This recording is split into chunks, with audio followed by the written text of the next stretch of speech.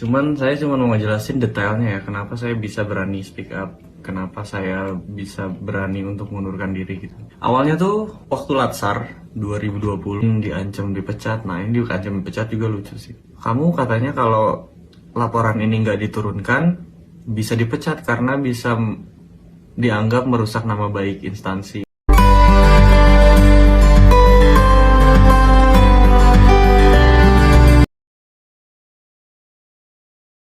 Viral, guru PNS mengundurkan diri usai lapor ada dugaan pungli.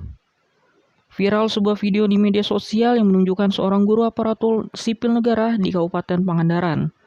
Guru bernama Husain Ali Rafsanjani mengungkapkan adanya dugaan pungutan liar dan mengaku mendapat ancaman setelah melaporkannya. Assalamualaikum warahmatullahi wabarakatuh, saya Husain, saya minta maaf kalau jadi perhatian banyak orang.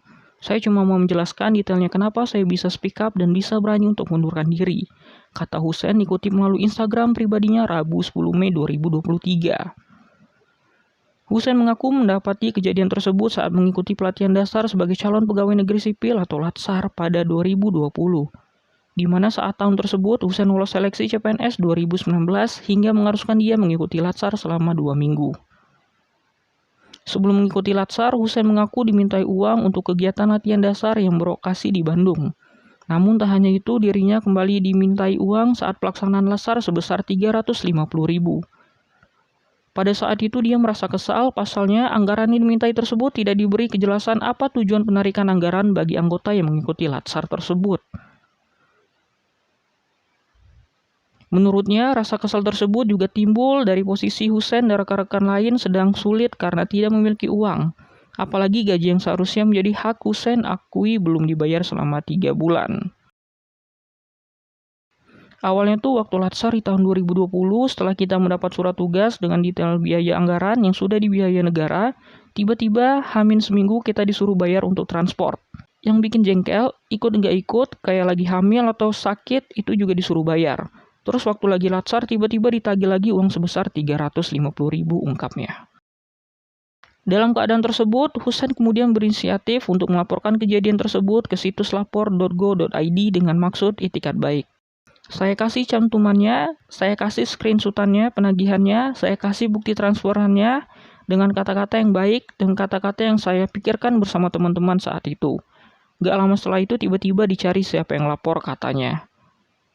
Setelah laporan tersebut terungkap dan pihak pelapor langsung menuding beberapa ASN lainnya, Husain yang tak ingin orang lain juga ikut terlibat pun langsung mengaku bahwa dirinya lah yang telah melapor adanya penarikan itu. Dari situ saya ditelepon untuk menghadap ke kantor BKP SDM Pangandaran di Jalan Parigi tugasnya. Untuk video lebih jelasnya pengakuan dari Husain bisa disimak video berikut. Assalamualaikum warahmatullahi wabarakatuh, saya Husain.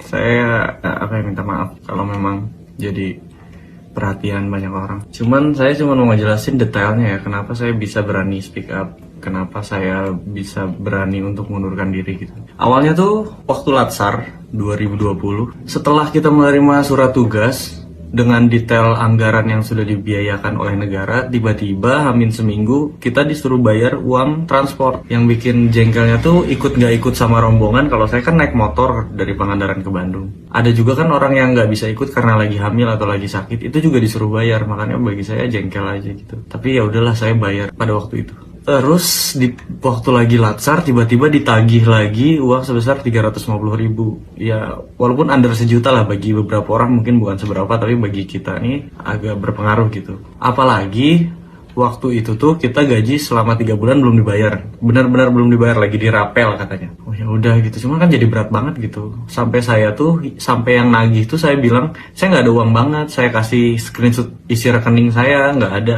Di 500.000 aja nggak ada di rekening waktu itu. Jadi saya lapor aja di lapor.go.id, saya kasih cantumannya, saya kasih screenshotan penagihannya, saya kasih bukti transfernya di situ dengan kata-kata yang baik, dengan kata-kata yang saya pikirkan bersama teman-teman saya. Nggak lama dari laporan saya kirim, tiba-tiba dicari siapa yang lapor, karena banyak yang dituding, kasihan, saya nggak mau ngerugiin orang, saya ngaku aja bahwa itu saya ngelapor. Dari situ ditelepon untuk menghadap ke kantor BKPSDM Pangandaran di Jalan Parigi. Itu tuh wah, suasananya kayak gimana ya, HP disuruh ditaruh di depan, terus suasana nggak enak lah. Saya dikepung 12 orang, saya di tengah dilingkarin gitu. Terus ditanya-tanya kan, kenapa ngelapor. Saya bilang, ya karena saya keberatan, saya nggak bisa bayar uang yang saya nggak tahu ini uang untuk apa, urgensinya apa gitu. Terus mereka beralibi bahwa sebenarnya uangnya ada, cuman direkofusing untuk COVID. Tapi ini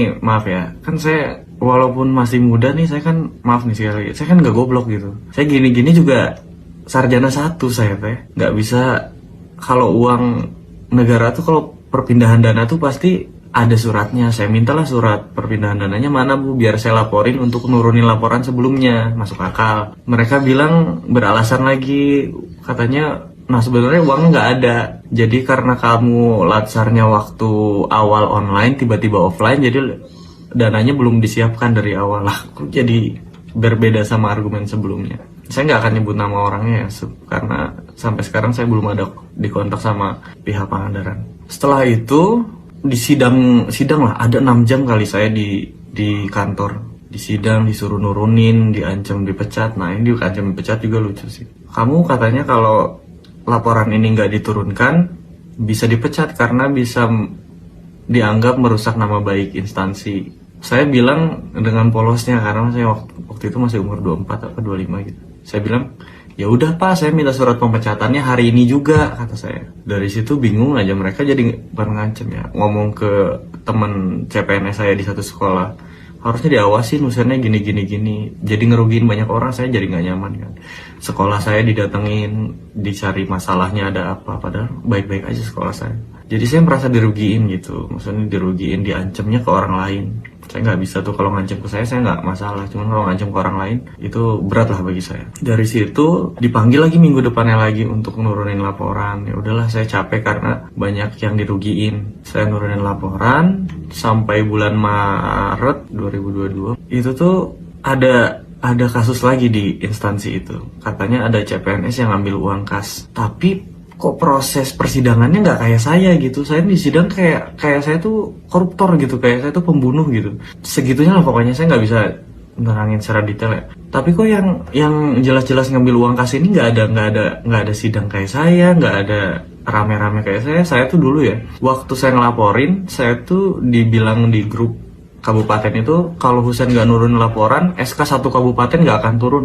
Semua nyerang saya, pasti itu. Semua nyerang saya. Karena mereka nggak tahu masalahnya, cuman taunya kalau Husein nggak nurunin laporan, SK nggak akan turun. Semua nyerang saya. Saya pun jadi beban, akhirnya nurunin lah. Di bulan Maret itu karena ada orang yang ngambil kas itu, saya merasa sakit hati karena beda perlakuannya.